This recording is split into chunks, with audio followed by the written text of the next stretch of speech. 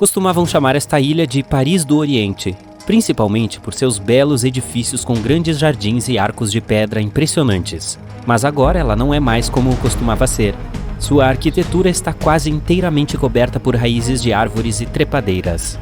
A Ilha Ross é um pequeno território no Oceano Índico. Está localizado a leste da cidade indiana de Port Blair. Embora tenha sido pensada como uma prisão, Ross Island acabou se tornando um luxuoso resort para os administradores locais.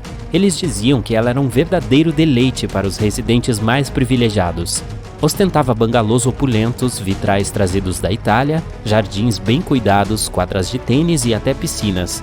Logo após o fechamento do complexo em 1937, um forte terremoto atingiu a ilha, causando muitos danos, o que a deixou ainda mais inabitável. A ilha está agora sob a administração da Índia e se tornou uma atração turística para pessoas interessadas em cidades abandonadas. Pedaços da arquitetura alemã ainda estão escondidos no deserto da Namíbia. A cidade de Kolmaskop, no início dos anos 1900, era um local luxuoso quando trabalhadores alemães se estabeleceram no local, em busca de diamantes. Esta cidade abandonada costumava ter de tudo, desde um salão de baile até um hospital e uma pista de boliche.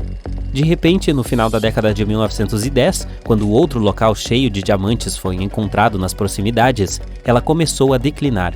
Assim, a maioria das pessoas que moram ali se mudou em busca de mais riqueza. Desde então, Kolmaskop foi lentamente ocupada por dunas de areia, enquanto a temperatura quente e a baixa umidade ajudaram a preservar os edifícios. Esta cidade fantasma também está disponível para os visitantes. Se você quiser ir até lá, pode reservar um passeio na cidade vizinha de Luderitz. Outro castelo abandonado domina a vista em Craco, uma cidade italiana.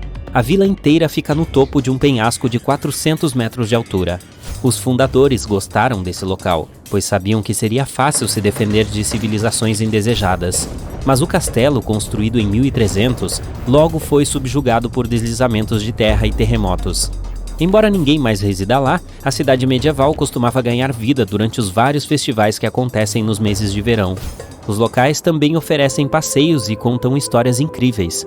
Um dos destaques é uma estátua que aparentemente surgiu do nada e agora está em um copo d'água. Escondida nas montanhas de Montana, Garnet Ghost Town conta a história americana da corrida do ouro no oeste. A história da cidade se inicia na década de 1890, quando encontraram muito ouro na mina de Nancy Hanks. Em seus dias de glória, Garnet tinha quase 1000 residentes. Mesmo relativamente isolada, tinha salões, hotéis, lojas, uma escola e outras características de uma cidadezinha normal. Em 1905, quando a maior parte do ouro já havia sido retirada, as minas começaram a ser deixadas para trás, então apenas algumas centenas de residentes permaneceram em Garnet. A gota d'água veio em 1912, quando um incêndio danificou a maioria dos edifícios da cidade. Depois, na década de 1940, Garnet foi completamente abandonada. Logo se tornou um lugar para caçadores de tesouros em busca de móveis e artefatos. Foi assim até que uma campanha de preservação começou na década de 1970. A cidade foi declarada Distrito Histórico em 2010. Até hoje, Garnet é uma das cidades fantasmas mais bem preservadas da região. A ilha de Hashima é outro local abandonado que nos prova que, quando o homem se afasta, a natureza assume o controle. Este lugar misterioso apareceu até em um filme de James Bond por sua paisagem fantasmagórica. Costumava ser um local bem conhecido no Japão por minas de carvão submarinas, quando foi inaugurada em 1881. Em 1959, no seu auge, era habitada por mais de 5.000 pessoas, incluindo mineiros e suas famílias.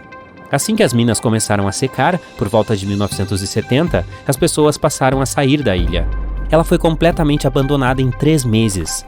Embora ninguém mais more lá, muitos turistas passeiam por casas abandonadas, piscinas, lojas e fábricas. Outra cidade com vocação mineradora é Calico, na Califórnia. Em 1881, as pessoas descobriram que o local estava cheio de prata, então logo surgiram mais de 500 minas de prata e 3.000 residentes que construíram hotéis, lojas em geral, restaurantes e uma escola. Eles tinham até um jornal local impresso chamado Calico Print. Em 1986, a cidade ficou vazia. Um dos antigos moradores decidiu comprá-la e iniciar a restauração, tornando-a um marco histórico registrado. Tem até um museu do Velho Oeste à disposição dos turistas. Uma das atrações mais interessantes que foram reconstruídas é a ferrovia Calico and Odessa, de 1.500 quilômetros de extensão.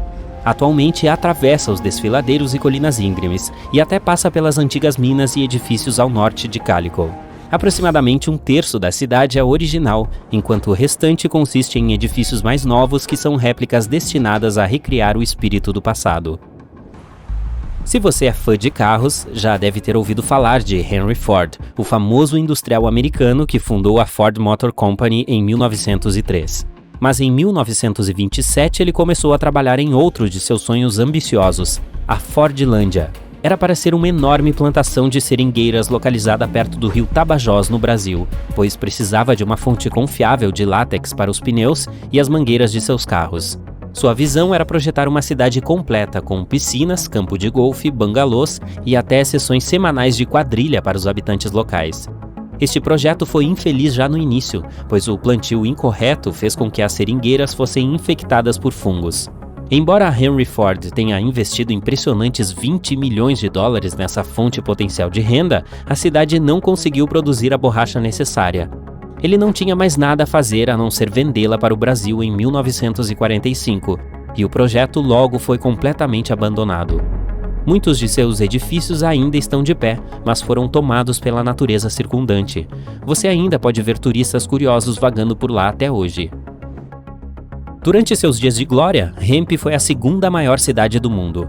Olhando para suas ruínas hoje, é difícil imaginar que esta cidade indiana era repleta de templos e bazares, e que ela serviu como um importante centro do Império Maurya nos séculos XIV e XV. Foi destruída no século XVI, mas ainda preserva fortes e mercados.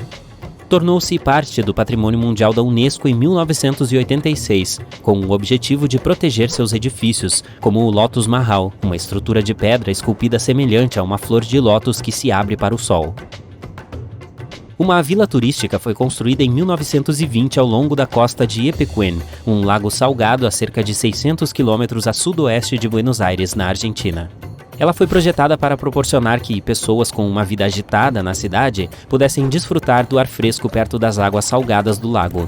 Foi equipada com uma estação ferroviária e acabou tendo uma população de mais de 5.000 moradores.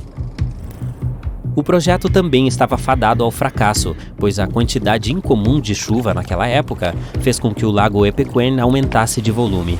Em 1985, a água invadiu a barragem local e a cidade foi inundada. As águas chegaram a 10 metros de profundidade em 1993 e só começaram a baixar em 2009, deixando para trás os restos dos edifícios literalmente incrustados de sal. Ninguém voltou para a cidade, exceto Pablo Novak, que em 2012 era o único morador de Villa Epecuén.